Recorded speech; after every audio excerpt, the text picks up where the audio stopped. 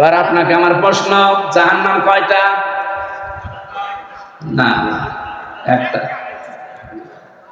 সারা জীবন আমরা শুধু শুনে এসেছি যে জাহান্নাম 7টা, জান্নাত 8টা। কোনো থেকে পড়িয়েছেন? পড়েন, শুধু শোনা কথা। কোরআনে কারিমে আল্লাহ নিজে জানিয়েছেন, সূরা হিজর এটা 14 নম্বর পারা 3 নম্বর পৃষ্ঠা আর 7 নম্বর লাইনের 44 নম্বর আয়াত। লিখে বাড়িতে মিলান, লাহা সাবাতু আবওয়াব। আল্লাহ পাক বলেন জাহান্নামের দরজা 7টা। আপনি জাহান্নাম 7টা কোথায় পেয়েছেন? লিকুল্লি বাবিন মিনহুম জুজউম মাকসুম। পৃথিবীতে যে যে ধরনের অপরাধ করবে তাকে আল্লাহ ওই দরজা দিয়ে প্রবেশ করিয়ে শাস্তি দেবে।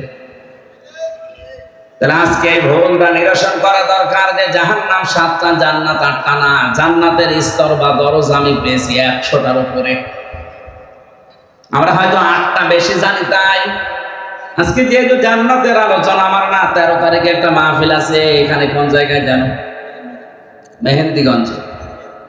ওখানে আমি জান্নাতের 8টা না 100টা পয়েন্টের উপরে, দরজার উপরে কথা বলবো ইনশাআল্লাহ। আজকে জাহান্নাম যেহেতু 7টার কথা আমরা জানি, যে যে ধরনের অপরাধী আল্লাহ ওই দরজা দিয়ে তাকে জাহান্নামের ওই দরজা দিয়ে প্রবেশ করিয়ে শাস্তি দেবে।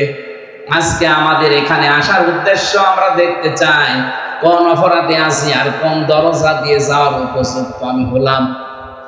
এখনো যদি ওইরকম দরজার সামনে দাঁড়িয়ে থাকি, এক্ষুনি ফিরে এসে জান্নাতের এই 100টা দরজার যে কোনো এক দরজা দাঁড়িয়ে যাব। এই কথা বলছেন আবার? এটা লাজা, এটা একটা। 7টার ভেতরে সবচাইতে বড় কঠিন হচ্ছে হুতামা, এরপরে লাজা। আল্লাহ রাব্বুল আলামিন বলেন কেমন জানো? নাযাআতাল লিশাওয়া। এ দরজা দিয়ে প্রবেশ করার সঙ্গে সঙ্গে আগে চামড়া খসে যাবে। এমনি চামড়া খসে, চামড়া তোলার কিছু জিনিস থাকে। এমন জায়গা আল্লাহ বানিয়েছে লাজার ভেতরে, ওখানে প্রবেশ করলে আগে চামড়া শেষ, চামড়া খুলে পড়ে যাবে, এরপরে নতুন চামড়া আবার আল্লাহ লাগাবে, তারপর আবার খুলবে। এবারে 100 বারের কথা আছে। এত কঠিন যন্ত্রণাদায়ক অবস্থা লাজায়। আজকের এই ভুলটা নিরসন করে যান যে জাহান্নাম 7টা, এটা শুধু নামে শুনেছি, পড়ি নাই। কোরআনে কারিমে আল্লাহ নিজে দলিল দিচ্ছেন জাহান্নাম একটা, দরজা 7টা। এই যে এখানে একটা মাদ্রাসা আছে, 1 থেকে 5 পর্যন্ত মনে করেন পড়ায়। 5টা ক্লাসরুম আছে না? বুঝলেন কেন? প্রত্যেকের জন্য আলাদা দরজা আছে না? যে যেই ক্লাসে পড়ে ওই দরজা দিয়ে এসে প্রবেশ করে। ক্লাস 1-এ পড়ে, 5-এ যে ক্লাস করতে পারবে, আর 5-এ যেতেন এখন 5 বছর পড়া লাগবে। কথা বুঝতেছে? এই জিনিসটার নাম তো মাদ্রাসা। কয়টা দরজা?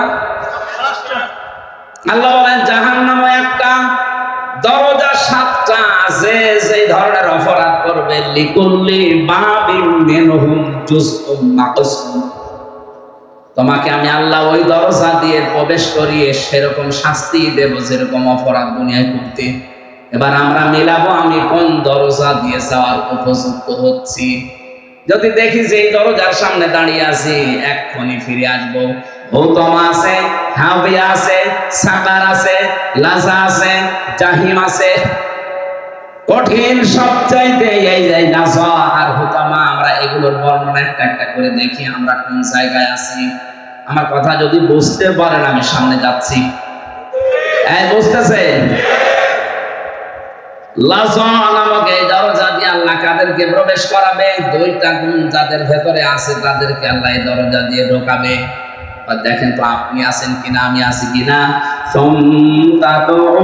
মান আদবারা ওয়া তাওয়াল্লা ওয়া জামাআ ফাআওয়া। 1 নম্বরে যাদেরকে সত্যের দিকে ডাকা হয়, অথচ এই লোকটা পৃষ্ঠ প্রদর্শন করে উল্টা দিকে চলে যায়। আমার তো আয়াতটা পড়ার পরে মনে হয় বাংলাদেশে সবচাইতে আয়াতের মুখাতেব বেশি। সত্যকে সত্য জানার পরে অনেকে অহংকার করে, হিংসা করে, মানে না, মুখ ফিরিয়ে চলে যায়।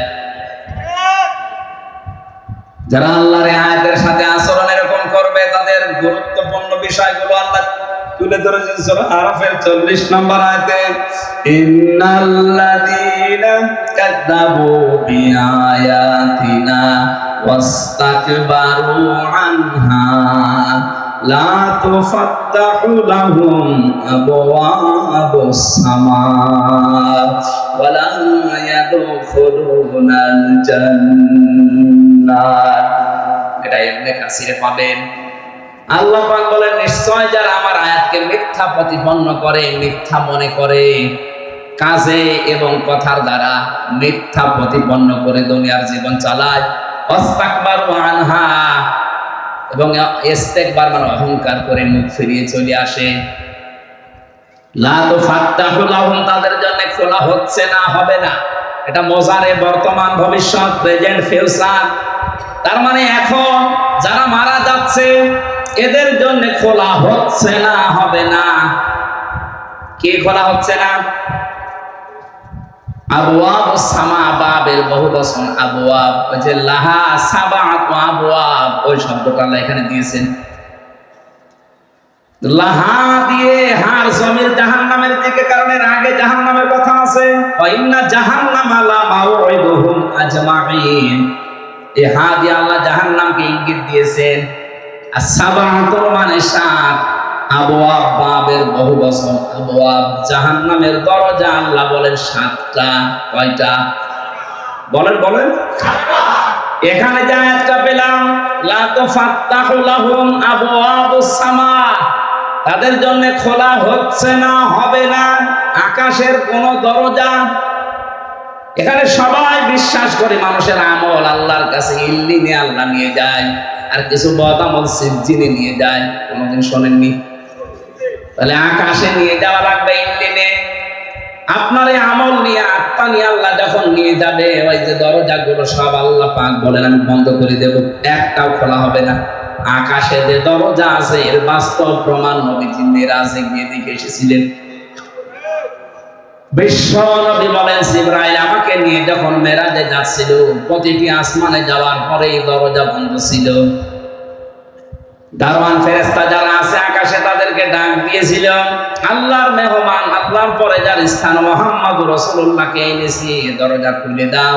প্রতিটি দরজার দারওয়ানে আওয়াজ দিয়েছে, ওনাকে কি আসতে বলা হয়েছে? যখনই বলেছে হ্যাঁ, ওনাকে দাওয়াত দিয়েছেন মহান আল্লাহ, সঙ্গে সঙ্গে রিসিপশন দিয়ে দরজা খুলে দিয়েছে। তাহলে দরজা বন্ধ থাকে, আল্লাহ পাক বলেন আমি দরজা সব বন্ধ করে দেব, একটাও খোলা হবে না। ওয়ালা ইয়াদখুলুনাল জান্নাহ, এমন করে জান্নাতেও যাচ্ছে না, যাবে না। ইয়াদখুলুনা এইটাও মোজারে, বর্তমান, ভবিষ্যৎ, প্রেজেন্ট, ফিউচার। ওরা যে জান্নাতে এখন যাচ্ছে না, যাবে না ভবিষ্যতে কতদিন।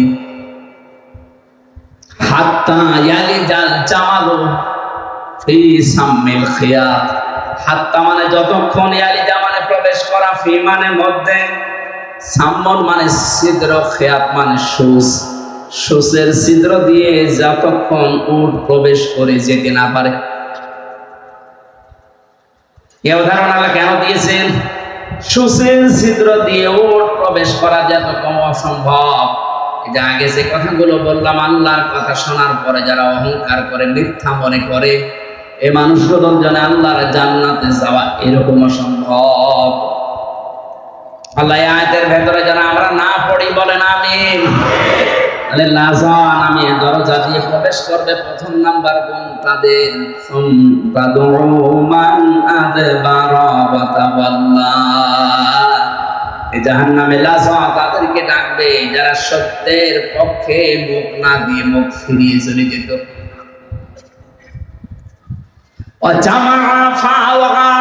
দুই নম্বরে যে মাল সম্পদ যারা জমা করতো, অর্থ সম্পদ আর সংরক্ষণ করার জন্য সব সময় চিন্তা থাকতো। পৃথিবীর মাল সম্পদ গুলো যতক্ষণ পর্যন্ত আপনি দখলে রাখবেন, ভোগ করবেন, আপনি মনে করছেন এটা আরো স্থায়ী হবে না। আল্লাহর নবী জানিয়েছেন পৃথিবীর মানব সন্তানের পেটটা কেমন জানো? একটা মাঠ ভর্তি যদি স্বর্ণ দিয়ে বলা হয় যে তোমার, বলবে আল্লাহ আমি যদি আর একটা স্বর্ণ ভর্তি মাঠ পেতাম খুব ভালো হতো। মানুষের এই পেট 3.5 হাতে বডি কখনো ভরা সম্ভব না, শুধু ভরতে পারে কবরের মাটির দ্বারা। আলহাকুমুত তাকাসুর হাত্তা যুরতুমুল মাকাবির। বেশি বেশি পাওয়ার জন্য মানুষ মহা অন্ধ হয়ে পড়েছে। এই ঘোর কাটবে না যতক্ষণ পর্যন্ত মানুষ কবরে না যাবে। আল্লাহ আমাদের কবরে যাওয়ার আগে যেন এই ঘোর কাটিয়ে দেন, বলেন আমিন। লাজা নামক এই দরজা দিয়ে প্রবেশ করার গুণ আমরা পেয়েছি 2টা। কয়টা বলেন বলেন? 1 নম্বরে সত্যকে সত্য জানার পরও যারা হিংসা করে, অহংকার করে, মানে না, মুখ ফিরিয়ে চলে যায়। আপনার তো বিবেক আছে, বলেন তো আপনার জীবনে কি এরকম কিছু হচ্ছে কিনা? আপনি জানেন যে আমির হামজার বাবার কথা বলবে না, কোরআন হাতে নিয়ে সত্য কথাই বলবে। অনেক মানুষ এখানে এমন আছে, ও মনে করছে না এ তো আমার বাবার মরিদ না, তো আমার দলের লোক না। যত ভালো কথাই বলি, এমন নবী মুহাম্মদ রাসূলুল্লাহ এখানে ওয়াজ করলাম, ওইটাই করতে। সত্যকে সত্য জানার পরে যদি আপনি না মানেন, এবার টান করে মুখ ফিরিয়ে চলে যান, আপনি যেই হন না কেন আপনার জন্য লাজা নামক দরজা অপেক্ষা করছে। আর যারা মাল সম্পদ জমা করছেন আর বারবার সংরক্ষণ করার জন্য চেষ্টায় আছেন, আপনার যেটা সংরক্ষণ করা দরকার, আপনার ইমানটা আর আপনার আমলটা, এটার তো খোঁজ নেই আপনার। কখন ইমান ভেঙে গেছে, আমল নষ্ট হয়ে গেছে, আপনি টেরও পাননি।